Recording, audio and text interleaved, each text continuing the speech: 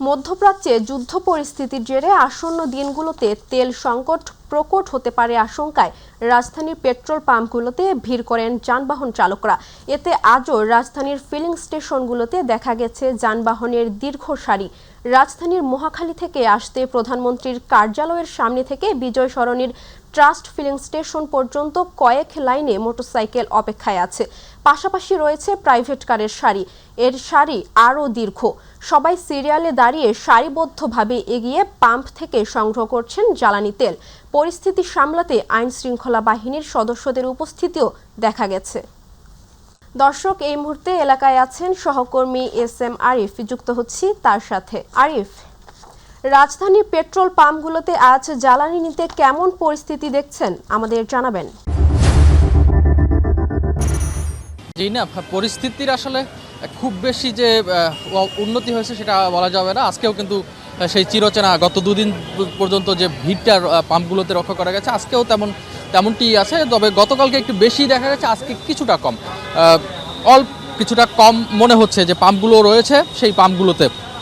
আমরা দেখতে পাচ্ছি যে আসলে এই যে আমি আছি পরিবাগ একটি পাম্পে, সেখানে আসলে যারা তেল প্রত্যাশী রয়েছেন, যে জানেন যে গত দুদিন ধরে এই সোশ্যাল মিডিয়ায় একটি বিষয় ভাইরাল হয় যে যুদ্ধটা চলছে ইরান এবং ইসরায়েলের মধ্যকার, সে কারণে আসলে তেলের স্বল্পতা দেখা দিতে পারে, সেরকম একটা যে কারণে কিন্তু অনেকেই আসলে তেল নেওয়ার জন্য উঠে পড়ে লেগেছিলেন। এবং গত দুই দিন আমরা দেখেছি তেল পাম্পগুলোতে কিন্তু ভিড় রয়েছিল এবং সরকার কিন্তু বাধ্য হয়ে বিভিন্ন পাম্প থেকে আসলে 2 লিটার একটা যে যানবাহন রয়েছে, যে আলাদা আলাদা যানবাহনের জন্য আলাদা আলাদাভাবে তেল নেওয়ার যে বিধিবিধান সেটি বাধ্য করে দেওয়া হয়েছে। এবং আমরা যেটি জানতে পেরেছিলাম যে প্রত্যেকটি পাম্পে 2 লিটার করে, যে মোটরসাইকেল রয়েছে সেখানে 2 লিটারের বেশি দেওয়া হচ্ছে না এবং দেওয়া হবে না। এবং অন্যান্য যে যানবাহনগুলো রয়েছে সেগুলোও কিন্তু সেরকম নিয়ম বেঁধে দেওয়া হয়েছে সরকার থেকে, যেটি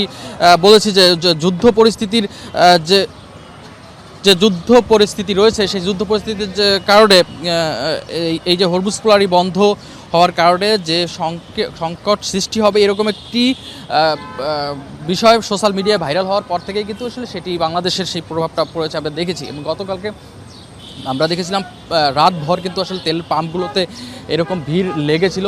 আজকেও ঠিক যেটি বলেছি, খুব বেশি যে উন্নতি হয়েছে তেমনটি না, আজকেও আসলে পাম্পগুলোতে ভিড় রয়েছে। এবং যেটি জানেন যে সরকার থেকে যে বেঁধে দেওয়া হয়েছে তেল নেওয়ার বিষয়টি যে বেঁধে দেওয়া হয়েছে, সে কারণে কিন্তু আসলে সবাই আসলে এই যে পাম্পগুলোতে আসলে ভিড় করছেন। এবং অনেকেই বলছেন, যারা মোটরসাইকেল চালক রয়েছেন তাদের সাথে আমরা কথা বলেছিলাম, তারা যেমনটি বলছেন যে আসলে 2 লিটার তেলে তাদের আসলে বেশি সময় কিন্তু তিনি চালাতে পারেন না, সে কারণে বারবারই আসলে তেল নেওয়ার জন্য তারা পাম্পে ভিড় করছেন। বারবার বলতে প্রতিদিনই তাদের আসলে তেল নিতে পাম্পে ভিড় করতে হচ্ছে। আজকেও আমরা দেখেছি যে অনেক মোটরসাইকেল কিন্তু বন্ধ অবস্থায় তারা ঠেলে নিয়ে আসছেন, তাদের তেল শেষ হয়ে গেছে এবং অনেকের তেল কম রয়েছে, সে কারণে আসলে এই পাম্পগুলোতে তারা ঠেলে ঠেলে কিন্তু নিয়ে আসছেন মোটরসাইকেল।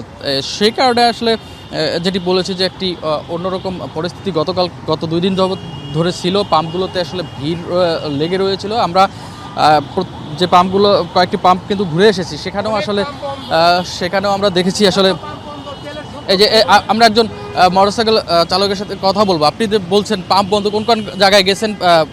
আমি গতকালকে আমার বাসার পাশে এই মদিনা ফিলিং স্টেশন, ওনারা গতকালকে বিকেল 4টা বাজে আমাকে বলছে আজকে রাত 10টার পরে ওনারা তেল দিতে পারবে।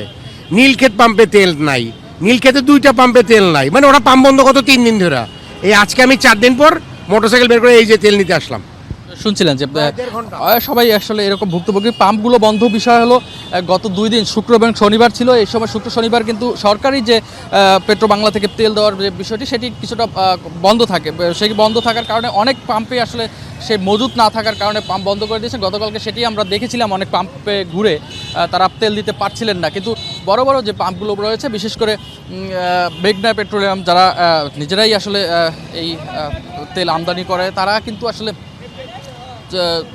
তাদের সাথে আমরা কথা বলেছি, আজকেও কথা বলেছি। তারা বলছে যে তাদের পাম্প কখনোই বন্ধ ছিল না, বন্ধ হবেও না, কারণ তাদের পর্যাপ্ত মজুত রয়েছে তেলের। এবং তারা আশ্বস্ত করছেন বারবার যে যারা যারা চালক রয়েছেন বা যারা যে যানবাহনগুলো রয়েছে তাদের মালিকদের আশ্বস্ত করছে যে তেল নিয়ে কোনো সমস্যা হওয়ার কথা, তারা এখন পর্যন্ত তাদের কাছে সেই কোনো সমস্যা হওয়ার কথা নয় এবং তাদের প্রাপ্ত মজুদ কিন্তু বেশ কিছুদিনের মতো রয়েছে। এবং ইতিমধ্যেই কিন্তু সরকার থেকে এই যে পেট্রোবাংলা থেকে আমরা যে তথ্যটা পেয়েছি, আসলে সরকার থেকে কিন্তু ইতিমধ্যে তেল আমদানির কিন্তু এলসি করা হয়েছে এবং যতটুকু আমরা জানতে পেরেছি ইতিমধ্যে 2 থেকে 3টি জাহাজ কিন্তু এই আমাদের চট্টগ্রাম বন্দর সেখানে কিন্তু তেল নিয়ে নোঙ্গরও করেছে। তো যে পরিস্থিতিটা আসলে সৃষ্টি হয়েছে মানুষের মধ্যে, সোশ্যাল মিডিয়ায় একটি কথা চাউর হয়ে গেছিল যে আসলে তেল নিয়ে শঙ্কা দেখা দিতে পারে। জ্বালানি তেল জানেন যে একটি গুরুত্বপূর্ণ বিষয়, শুধুমাত্র যে যানবাহন চলবে তার জন্য না, বিভিন্ন ক্ষেত্রে কিন্তু জ্বালানি তেল খুবই গুরুত্বপূর্ণ। সে কারণে আসলে সাধারণ মানুষের মধ্যে একটি ভয় ঢুকে গেছিল। ভয় ঢোকার কারণেই আসলে তারা এই জ্বালানির তেল যে সংকট হতে পারে সেরকম একটি অবস্থার সৃষ্টি হতে পারে, সেই ইয়া থেকেই কিন্তু তারা আসলে এরকম ভিড় করছিলেন। আমরা পরশু শুক্রবার কিন্তু দেখেছিলাম বিভিন্ন যে পাম্পগুলো রয়েছে সেই পাম্পগুলোতে যে ভিড় করেছিলেন মানুষের ট্যাঙ্কি ফুল করে কিন্তু অনেকেই রেখেছেন। যারা আসলে সেটি করেন না তেমন অনেকেই কিন্তু আমরা দেখেছি এই যে সংকটের বিষয়টি চাউর হয়েছিল, যে সংকট হতে পারে সেরকম বিষয়টি চাউর হওয়ার পর থেকে কিন্তু তারা এরকম পাম্পগুলোতে ভিড় করে তারা কিন্তু ট্যাঙ্কি ফুল করে নিয়েছেন। যারা হয়তো হাফ ট্যাঙ্কি করে নিতেন তেল, তারা কিন্তু আসলে এই সংকটটা আসলে সৃষ্টি করছেন। এবং সেটি কিন্তু আসলে পাম্পে যারা রয়েছেন কর্মকর্তারা, তাদের সাথে কথা বলে তারা বলছেন যে এটি অতি উৎসাহী হয়ে কিন্তু তারা এইগুলো করছেন। আমরা যে বড় বড় পাম্পগুলোতে গেছি, মেঘনা সহ অন্যান্য পাম্পগুলো, সেখানে কিন্তু আসলে তারা পাম্পের যে কর্মকর্তারা রয়েছে তারা কিন্তু বলছেন যে তাদের পর্যাপ্ত মজুদ রয়েছে, কোনো ধরনের ভয় নেই, তেল সংকট হওয়ার সম্ভাবনাও খুব কম।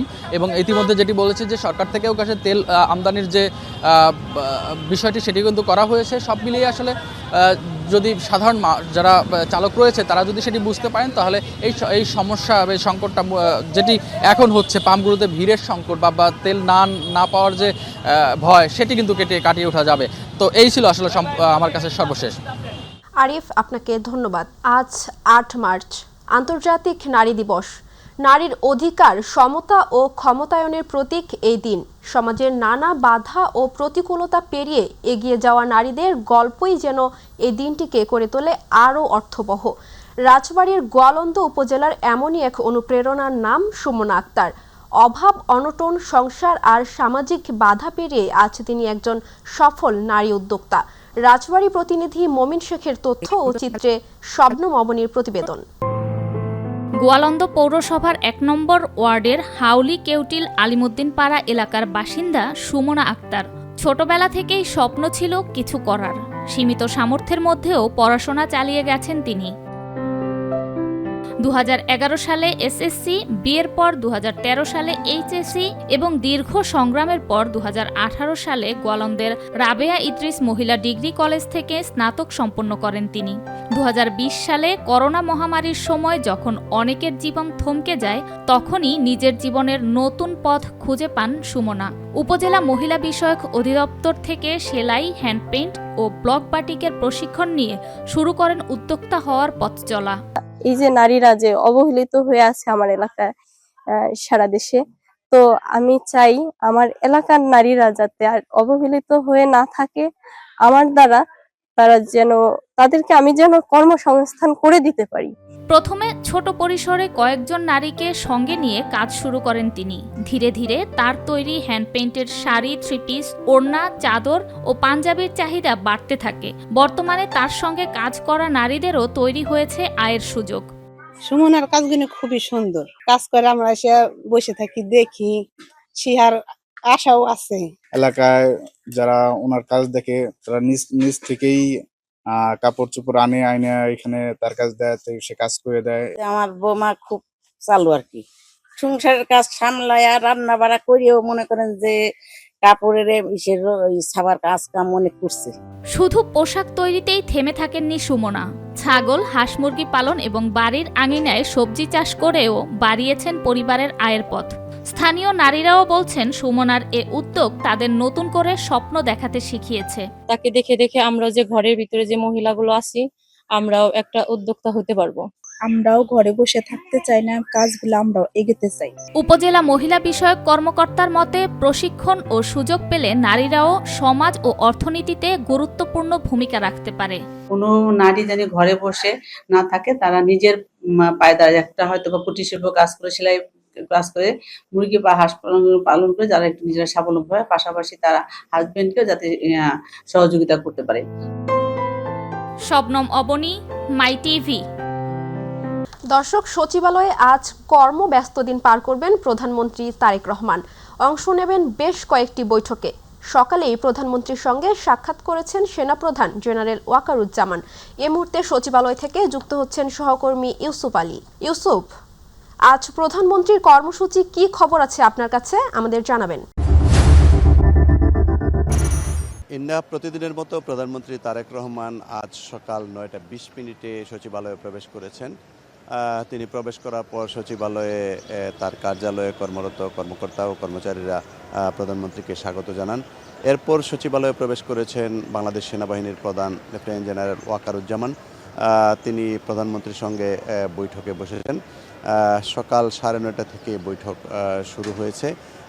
এখন পর্যন্ত প্রধানমন্ত্রীর সঙ্গে বৈঠকে বিভিন্ন বিষয় নিয়ে আলোচনা করছেন। তবে প্রধানমন্ত্রীর সঙ্গে সেনাপ্রধানের কী বিষয় নিয়ে আলোচনা হয়েছে সেই বিষয়গুলো জানা যায়নি।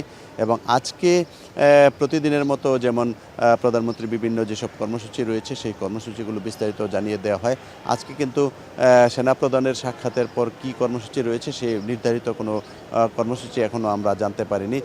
তবে সেনাপ্রধান বেরিয়ে গেলে হয়তো আমরা জানতে পারবো যে আসলে ওখানে কী নিয়ে সেনাপ্রধানের সঙ্গে প্রধানমন্ত্রীর আলোচনা হয়েছে এবং এর পরবর্তীতে প্রধানমন্ত্রী কোন কোন বৈঠকে মিলিত হবেন কিংবা কোন কোন কর্মসূচি নিয়ে তিনি কাজ করবেন এবং মন্ত্রণালয়ের কোনো মন্ত্রী কিংবা সচিবদের সঙ্গে তিনি বৈঠক করবেন কিনা এই বিষয়গুলো আমরা জানতে পারবো।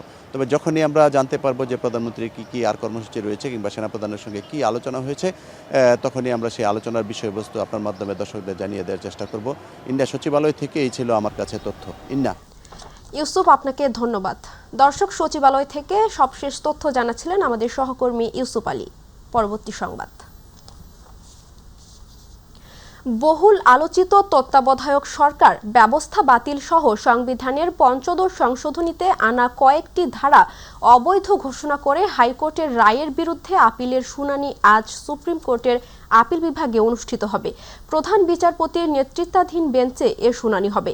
এর আগে ২০২৫ সালের ১১ ডিসেম্বর তৎকালীন প্রধান বিচারপতি ডক্টর সৈয়দ রেফাত আহমেদের নেতৃত্বে ৬ বিচারপতির আপিল বেঞ্চ মামলাটির শুনানি ত্রয়োদশ জাতীয় সংসদ নির্বাচনের পর অনুষ্ঠিত হবে মর্মে মুলতবি করেছিলেন। এর আগে ২০২৪ সালের ১৭ ডিসেম্বর হাইকোর্ট তত্ত্বাবধায়ক সরকার ব্যবস্থা বাতিল সহ ৫ম সংশোধনীর কয়েকটি ধারা সংবিধানের সঙ্গে সাংঘর্ষিক ও অবৈধ ঘোষণা করেন। সেই সঙ্গে সংবিধানে গণভোটের বিধান পুনর্বহাল করেন। বিগত ১৭ বছরে ব্রাহ্মণবাড়িয়ার কাঙ্ক্ষিত সামাজিক ও অর্থনৈতিক উন্নয়ন হয়নি। ত্রয়োদশ জাতীয় সংসদ নির্বাচনে জেলার ৬টি আসনের মধ্যে ৪টিতে বিএনপি, ১টিতে বিএনপি সমর্থিত জোট এবং ১টিতে স্বতন্ত্র প্রার্থী বিজয়ী হয়েছেন। নির্বাচিত ৬ জনের মধ্যে ৪ জন এই প্রথম জাতীয় সংসদে যাচ্ছেন। তৃণমূল থেকে উঠে আসা এসব সাংসদের কাছ থেকে সাধারণ মানুষের প্রত্যাশাও তাই অনেক। বিস্তারিত প্রতিনিধি নুরুল আরাফাতের তথ্য ও চিত্রে তামান্না সাদিকার রিপোর্ট। বিগত সরকারের সময় নানা দিক থেকে অবহেলিত ছিল ব্রাহ্মণবাড়িয়া, এমন অভিযোগ স্থানীয়দের। এখনও অনেক এলাকায় সরাসরি যাতায়াত নেই সরকারি বিশ্ববিদ্যালয় বা মেডিকেল কলেজ। নতুন ট্রেন স্টপেজের দাবিও অপূর্ণ। ত্রয়োদশ সংসদ নির্বাচনে নাসিরনগরে প্রথমবার জিতেছে বিএনপি, বিজয়ী এম.এ. হান্নান।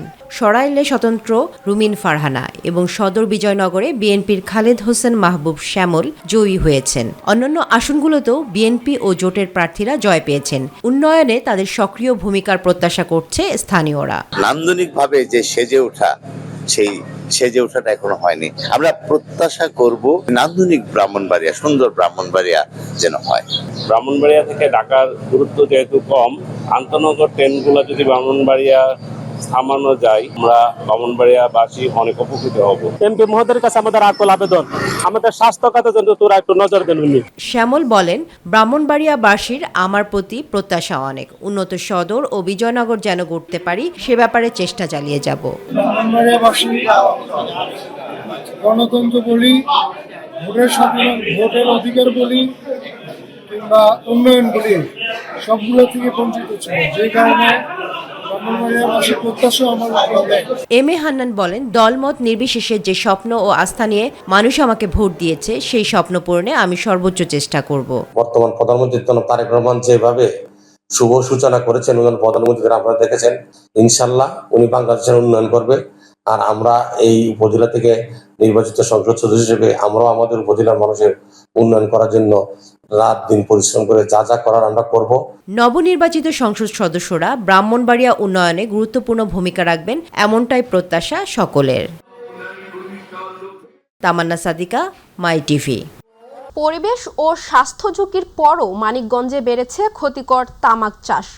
বেশি লাভের আশায় তামাক কোম্পানির আকর্ষণীয় প্রলোভনে তামাক চাষে ঝুঁকছেন কৃষক। উচ্চমাত্রায় রাসায়নিক সার ব্যবহারের ফলে শত শত হেক্টর জমি তার উর্বরতা হারাচ্ছে। এছাড়া তামাক প্রক্রিয়াজাতকরণে নারী ও শিশুরাও জড়িয়ে পড়েছে। প্রতিনিধি আজিজুল হাকিমের রিপোর্ট, জানাচ্ছেন হাফিজা খানম জুথি।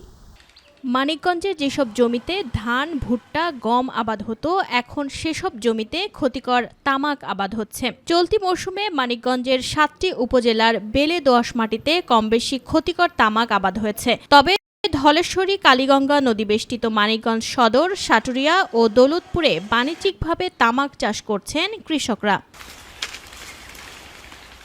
কোম্পানির আকর্ষণীয় প্রলোভন ও আগাম বিভিন্ন সুযোগ সুবিধার কারণে কৃষকদের তামাক চাষে আগ্রহ বাড়ছে। এতে করে একদিকে যেমন পরিবেশ দূষিত হচ্ছে, অন্যদিকে অতিরিক্ত সার ও কীটনাশক ব্যবহারের ফলে কমে যাচ্ছে জমির স্বাভাবিক উৎপাদন ক্ষমতা। ধানে সর্বোচ্চ 20 মণ ধান হয়। এটা কামলা নিলে পরে 1000-1200 টাকা কামলার দাম দিতে হয়। প্রচুর পরিমাণ খাটনি খাটলেও আমাকে তামাকে পড়তা বেশি। 3 বিঘা তামাক লাগাইছি, 3 লাখ টাকা আসবে আমাকে। লাভ কম হওয়ার কারণে আমরা এই তামাকটা বলছি, এই তামাকটার প্রতি কিলো প্রায় 200 টাকা 220 টাকা এরকম দেওয়ার কারণে তো আমরা এই তামাকটা চাষ করি। যারা করে বাড়ির পুরো ফ্যামিলি সবাই মিলে ক্ষতি, এর গন্ধদের শুনে হেরও ক্ষতি, জিনিসটা বুঝছেন না। তার কারণ আমরা তারপরও করি, কারণ এটাই যে কিছু লাভবান নয়, কিছু পয়সা বেশি এর মধ্যে। করে নাকছি গাইতে গাইতে দিন একটু বুগাল বসে দিয়ে খেলছে গাতি, আমার খুশি লাগে। উর্বরতা হারিয়ে তামাক নির্ভরতা হয়ে যাচ্ছে 3 ফসলি জমিগুলো। তামাক চাষের ক্ষতিকর দিক জেনেও বেশি লাভের আশায় অনেক কৃষক রয়েছেন অন্ধকারে। টাকাটা তো অনেক বেশি, 1 কেজি তামাক 200 টাকার উপরে। এই কারণে হইলো সাধারণ মানুষ টাকার লোভে আসলে এইভাবে বোনে। এরা মনে করেন যে সময় সুযোগ বুঝে সবাই একটু করে, কিন্তু আমরা কোনো সময় শিশু শ্রম ব্যবহার করি না। কৃষি অফিসের হিসেবে এবছর জেলায় 355 হেক্টর জমিতে তামাক চাষ হয়েছে, যা গত বছরের তুলনায় মাত্র 5 হেক্টর কম। আগামী বছর তামাকের পরিবর্তে আখ, উচ্চ মূল্যের ব্রোকলি, পেঁয়াজ এই সমস্ত ফসলকে প্রণোদনা হিসেবে দেব এবং কৃষকদেরকে একটি থুক টাকা দেব, যাতে করে কৃষক তামাক থেকে যে টাকা পায় সেটা থেকে যেন বেশি পায়, অত লাভবান হয়। হাফিজা খানম জুথি, মাই টিভি। চুয়াডাঙ্গার দামুরহুদা উপজেলার কার্পাসডাঙ্গা বাজারে যৌথ অভিযান চালিয়েছে উপজেলা প্রশাসন ও স্বাস্থ্য বিভাগ। এ সময় লাইফ কেয়ার জেনারেল হাসপাতাল নামে একটি স্বাস্থ্য সেবাদানকারী প্রতিষ্ঠানের প্রয়োজনীয় কাগজপত্র না থাকা মোটরসাইকেলের ফগলাইট ব্যবহার করে অপারেশন থিয়েটারের কার্যক্রম চালানো এবং খাবার, ওষুধ ও চিকিৎসা উপকরণ একই ফ্রিজে সংরক্ষণ করার অপরাধে অপারেশন থিয়েটার সিলগালা করে হাসপাতালটির কার্যক্রম বন্ধের নির্দেশ দেওয়া হয়। ভোক্তা অধিকার আইনে 2 লাখ টাকা জরিমানা করা হয়। দামুরহুদা উপজেলা সহকারী কমিশনার ও নির্বাহী ম্যাজিস্ট্রেট শাহিন আলমের নেতৃত্বে অভিযানটি পরিচালনা করা হয়। এখানে যে ফ্রিজের মধ্যে আমরা দেখতে পেয়েছি যে খাবার, ওষুধ এবং অন্যান্য উপকরণ একসাথে রাখা, যেটা আপনারা দেখলে আপনারাই প্রশ্ন তুলবেন। আবার এখানে ল্যাবে যে ন্যূনতম সুযোগ সুবিধা বা বেসিক যে বিষয়গুলো থাকে সেগুলো এখানে নিশ্চিত করা নাই। জ্বালানি তেলের বাজার পরিস্থিতি পর্যবেক্ষণ ও চলমান সামগ্রিক সংকট মোকাবিলায় শেরপুরে বিভিন্ন তেলের পাম্প পরিদর্শন করেছেন শেরপুর 1 আসনের সংসদ সদস্য হাফেজ মোহাম্মদ রাশেদুল ইসলাম রাশেদ। পরিদর্শনকালে সংসদ সদস্য হাফেজ রাশেদুল ইসলাম পাম্প মালিক ও সংশ্লিষ্ট কর্মকর্তাদের সাথে কথা বলেন। তিনি তেলের পর্যাপ্ত মজুদ, সঠিক পরিমাপ এবং সরকার নির্ধারিত মূল্যে তেল বিক্রি হচ্ছে কিনা সে বিষয়ে খোঁজখবর নেন। এমপি রাশেদুল ইসলাম বলেন, জনগণের ভোগান্তি লাঘবে এ ধরনের তদারকি অব্যাহত থাকবে। সাভারে নিম্নমানের খোলা সয়াবিন তেল কিনে বোতলজাত করে বিক্রির অভিযোগে ভ্রাম্যমাণ আদালতের অভিযান পরিচালনা করেছে উপজেলা প্রশাসন। এ সময় কারখানার ম্যানেজারকে আটক করে 1 বছর জেল ও 2 লাখ টাকা জরিমানা করা হয়। শনিবার 7 মার্চ বিকেলে সাভারের দেওগা এলাকায় মুজিবুর মেম্বারের বাড়িতে এই অভিযান পরিচালনা করেন ভ্রাম্যমাণ আদালতের নির্বাহী ম্যাজিস্ট্রেট ও সাভার উপজেলার নির্বাহী কর্মকর্তা মোহাম্মদ সাইফুল ইসলাম। এ সময় 17 ব্যারেল খোলা নিম্নমানের সয়াবিন তেল ও বিভিন্ন কোম্পানির নামে বোতলজাত করা প্রায় 1000 বোতল তেল জব্দ করা হয়। সাভার ইউনিয়নের চাপাইন এলাকায় আজকের উপজেলা প্রশাসন থেকে অভিযান পরিচালনা করা হয়। তো আমরা যে এলাকায় এসেছি এখানে একটি গোডাউনে আমরা অভিযান চালিয়েছি। সেখানে আসলে আমরা স্থানীয়ভাবে বাজার থেকে তেল কিনে সেটাকে একটি কোম্পানির নামে তারা প্রক্রিয়াজাত করে এবং সেগুলো বাজারে উচ্চমূল্যে বিক্রি করে। 2011 সালে সাবেক প্রধানমন্ত্রী বেগম খালেদা জিয়ার খুলনা বিভাগীয় সম্মেলনে যাবার সময় নড়াইল জেলার লোহাগড়া উপজেলার 10 জন নেতাকর্মী সড়ক দুর্ঘটনায় নিহত ও আহতদের পরিবারের মধ্যে ঈদ সামগ্রী ও নগদ অর্থ বিতরণ করেন নড়াইল 2 আসনের ধানের শীর্ষের প্রার্থী ZM ফরিদুজ্জামান ফরহাদ। এ সময় জেলা বিএনপির সাংগঠনিক সম্পাদক মোহাম্মদ টিপু সুলতান, লোহাগড়া পৌর বিএনপির সম্পাদক মোহাম্মদ আজাদ রহমান, পৌর বিএনপির সহসভাপতি SM শাহিন বিপ্লব, যুবদলের আহ্বায়ক মাহমুদ আলম খান, জেলা মহিলা দলের সম্পাদক সালিহা বেগম সহ আরও অনেকে উপস্থিত ছিলেন। SSC 86 ব্যাচের দেশি প্রবাসী বন্ধুদের উদ্যোগে প্রতি বছরের ন্যায় মাহে রমজান উপলক্ষে দুস্থদের মধ্যে ইফতার সামগ্রী বিতরণ করা হয়েছে। ভিক্টোরিয়া উচ্চ বিদ্যালয়ের হলরুম বন্ধু এভা চৌধুরী, সিমেন চৌধুরী, রাহিমা নিপা, সাব্বির চৌধুরী, আব্দুল হাই, মোহাম্মদ আকরাম মাহিন রহমান, কামরুল হাসান, কোয়েস এলাহি, সাবিত্রী পাল, রজত শুভ্র, আজগর আলী, মহসিন আলী, শীতাংশু সহ অন্যান্য বন্ধুদের সর্বাত্মক সহযোগিতায় এসব খাদ্য সামগ্রী বিতরণ করা হয়। আশুলিয়ার ধামসোনা ইউনিয়নের সাইদ হোসেনের উদ্যোগে এক ইফতার ও দোয়া মাহফিল অনুষ্ঠিত হয়েছে। শনিবার সন্ধ্যায় আশুলিয়ার ডেন্ডাবর এলাকায় আয়োজিত মাহফিলে উপস্থিত ছিলেন আশুলিয়া থানা বিএনপির দপ্তর সম্পাদক মোহাম্মদ রাজীব খান, ঢাকা জেলা কৃষক দলের সদস্য সচিব অ্যাডভোকেট আবু হানিফ, আজাদ রহমান আরজু ও মাইটিভির প্রতিনিধি মোহাম্মদ আনোয়ার হোসেন সহ আরও অনেকে উপস্থিত ছিলেন। মাদারীপুর ডাসার উপজেলার বীর মুক্তিযোদ্ধা সৈয়দ আব্দুল মতিন ফাউন্ডেশনের উদ্যোগে দোয়া ও ইফতার মাহফিল অনুষ্ঠিত হয়েছে। উপজেলার গোপালপুর ইউনিয়নের পুয়ালি গ্রামে ফাউন্ডেশনের প্রতিষ্ঠাতা সৈয়দ আলী আবদুল্লাহ রানার সরাসরি তত্ত্বাবধানে সহস্রাধিক রোজদারদের অংশগ্রহণে এই ইফতার মাহফিল অনুষ্ঠিত হয়। ইফতার মাহফিলে মুক্তিযোদ্ধা কমান্ডার নেতৃবৃন্দ, স্থানীয় সাংবাদিক, আলেম সমাজ, মাদ্রাসার শিক্ষার্থী এবং এলাকার বিশিষ্টজনরা উপস্থিত ছিলেন। অনুষ্ঠানে দেশ, জাতি ও মুসলিম উম্মার শান্তি সমৃদ্ধি কামনায় বিশেষ দোয়া পরিচালনা করা হয়। চট্টগ্রামে আত্মপ্রকাশ করেছে নতুন সামাজিক সাংস্কৃতিক ও PR প্ল্যাটফর্ম জনতার ঐক্য। সংগঠনটির আত্মপ্রকাশ উপলক্ষে নগরীর চট্টগ্রাম প্রেস ক্লাবে এর ইঞ্জিনিয়ার আব্দুল খালেক হলে সংবাদ সম্মেলন ও ইফতার মাহফিলের আয়োজন করা হয়। অনুষ্ঠানটি সঞ্চালনা করেন ইঞ্জিনিয়ার আতিক সুজন। সংবাদ সম্মেলনে সংগঠনটির প্রধান উদ্যোক্তা আব্দুল্লাহ আল মামুন আনুষ্ঠানিকভাবে জনতার ঐক্য এর যাত্রা ঘোষণা করেন। এ সময় সংগঠনের মূল নেতৃত্ব ঘোষণা করেন আবরার হাসান রিয়াদ এবং কেন্দ্রীয় সংগঠক ও সদস্য টিম ঘোষণা করেন সহ সমন্বয়কারী হাশমিরা হায়দার চৌধুরী। অনুষ্ঠানে উপস্থিত ছিলেন প্রধান সমন্বয়কারী মোশাররফ হোসেন রবিন, সহ সমন্বয়কারী মোহাম্মদ আশরাফ উদ্দিন নয়ন সহ সংগঠনের নেতাকর্মীরা। জামালপুরে বিরোধের জেরে বড় ভাইকে লোহার রড দিয়ে মাথায় আঘাত করে হত্যা করেছে ছোট ভাই। শনিবার রাতে উপজেলার পৌর এলাকার পূর্ব নয়াগড় গ্রামে এ ঘটনা ঘটে। স্থানীয়রা গুরুতর আহত অবস্থায় মাসুদকে উদ্ধার করে দ্রুত জামালপুর জেনারেল হাসপাতালে নিয়ে গেলে কর্তব্যরত চিকিৎসক মৃত ঘোষণা করেন। মেলান্দহ থানার ভারপ্রাপ্ত ওসি মোহাম্মদ ওবায়দুর রহমান বলেন, নিহতের মরদেহ ময়নাতদন্তের জন্য মর্গে প্রেরণ করা হয়েছে। এই ঘটনায় আইনগত ব্যবস্থা প্রক্রিয়াধীন রয়েছে। ঝিনাইদহে পেট্রোল পাম্পে তেল নিতে এসে বাকবিতণ্ডার জেরে পিটুনিতে এক যুবক নিহত হয়েছে। শনিবার সন্ধ্যায় শহরের কেন্দ্রীয় বাস টার্মিনাল এলাকায় তাজ ফিলিং স্টেশনে এ ঘটনা ঘটে। পুলিশ ও স্থানীয়রা জানায়, শনিবার সন্ধ্যায় বোতলে তেল নিতে আসেন যুবক নীরব হোসেন। সে সময় পাম্পের কর্মচারীরা বোতলে তেল দিতে অপারগতা প্রকাশ করে। যুবক নীরব হোসেন পাশের পাম্পে চলে যায়।